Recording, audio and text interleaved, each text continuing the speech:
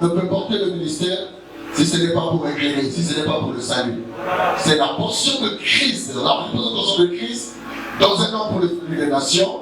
Le ministère, je l'ai dit, ne vient pas de l'homme, mais le ministère vient de Dieu.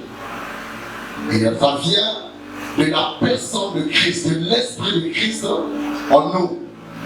Cependant, ce ministère qui vient du Seigneur, qui est la portion de Christ en nous, ne s'exerce pas au ciel. Ça s'exerce sur la terre.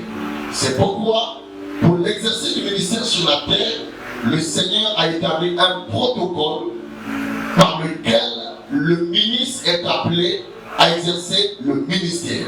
Non pas selon le modèle, son modèle personnel, mais selon le modèle de Christ.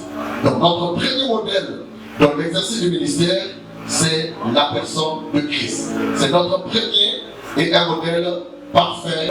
C'est la divinité dans un corps, dans un homme. Et quand l'homme porte la divinité, l'a dit, je cite le prophète hier, le Père a dit, celui qui porte le ministère, il est un Dieu. Et quand il porte la divinité, c'est que cet homme devient Dieu entier. Et le ministère, cher ministre Dieu, dans notre nation, aussi dans plusieurs nations, si seulement le ministre appelé par Dieu comprend bien son ministère, il pourra très bien l'exercer. Et l'Église atteindra la stature. La stature de l'Église dépend de la stature du ministre. Si le ministre n'a pas la stature, le peuple qu'il conduit n'atteindra pas non plus la stature. Et l'Église, corps, c'est vrai, l'Église corps est bâtie sur Christ, dépend de Christ, mais l'Église locale dépend du ministre. L'Église locale, c'est la portion de Christ qui est révélée dans un ministre.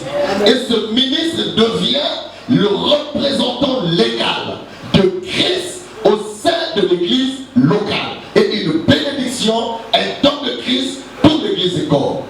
Et le ministère, c'est la solution de Dieu pour le salut des nations.